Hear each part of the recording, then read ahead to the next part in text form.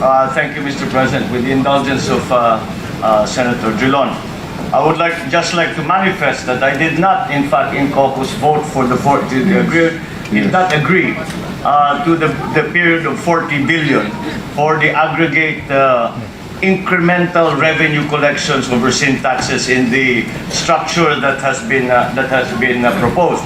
The reason that I did not agree with the figure of 40 billion is that, as I think I had amply shown during my interpolation, that the figure of 40 billion is not in fact a figure that is a realistic one, and it is a one that will be collected by the BIR for various reasons, which, as I said, I think I was able to amply demonstrate.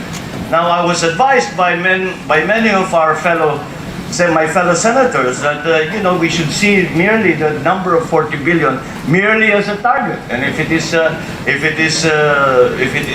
we are successful in achieve that, then all well and good. But if not, then then we will have to look it back. But we must just see. If I believe it will not be that 40 billion will not be collected, so be it. It is merely a target. However, the argument and the discussion does not end there. The discussion goes on is because of the use of the wrong numbers, wrong coefficient to force the calculations to reach 40 billion. The impositions upon the tobacco industry and to a lesser extent to the alcohol industry will be such that the effect will be ruinous to the industry. And that is why I believe we have been able to show that that 40 billion, as has been said over and over again, is not really a practical number, and it is not one that I agreed with. And as I said during my interpolation, during the period of individual amendments, I will propose a system by which those dislocations that we fear are not as severe as they would be in the bill as proposed. So that I await, but still arrive at an incremental revenue number, which will be very close to what the sponsor proposes. Having said that, I would just like to further move now from manifestation to just a quick question to our sponsor. The sponsor, when he opened after our suspension, said that we will follow the sharing on a historical rate, at the historical trend, which between tobacco and alcohol. For The sharing between tobacco. the sharing, we follow the historical data insofar as the sharing between fermented liquor and distilled spirits. I only bring it up, Mr. President, because the number for sharing of 60-40 was also mentioned. So as I understand it, from my readings, the historical sharing is not in fact 60-40.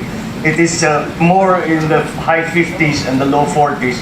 High 50s for tobacco and low 40s. So I just wanted to clarify that we're not following 60-40. We're following. No, we're following we're following 60-40, and on the 40% for liquor, we follow the historical sharing. So the historical sharing is only why again? Because we believe that this is a health measure. And by the way, we're talking about historically the sharing the technical staff is something like 57.5% as against 42.5%. So we just rounded it off to 60-40. Well, 1 percentage point, Mr. President, is we are talking in hundreds of billions. Never mind in terms of pesos, but we are also talking in terms of jobs lost, because as we have tried to point out many times, that even by the figures, the disputed figures of the Department of Finance that were given us, the reduction is still 43% in terms of production. Mr. President, I was just trying to reflect the consensus in the caucus. And that is what I present. The gentleman from Ilocos Norte may be correct in his statement that historically it's less than 50, it could be less than 40, less than Less than 60. 60. It could be in the high 60s. That may be correct, we do not dispute that. What we're just saying is that the consensus in the caucus is 60-40. That the 40% for the liquor will be shared in accordance with the historical share. With all due respect to the good sponsor, I did not hear any discussion Well, on the Senate President can affirm on that. the historical. As far as I understood it, that we were going to follow the historical sharing between tobacco and alcohol.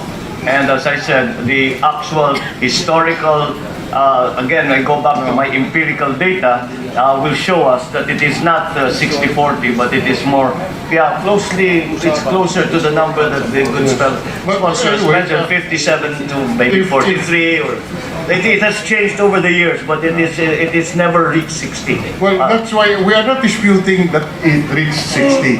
We're just saying that that is the consensus in the caucus, and that the historical sharing will be applied on the liquor, the 40% on the liquor. That's all that we're saying. That's what we arrived at the caucus.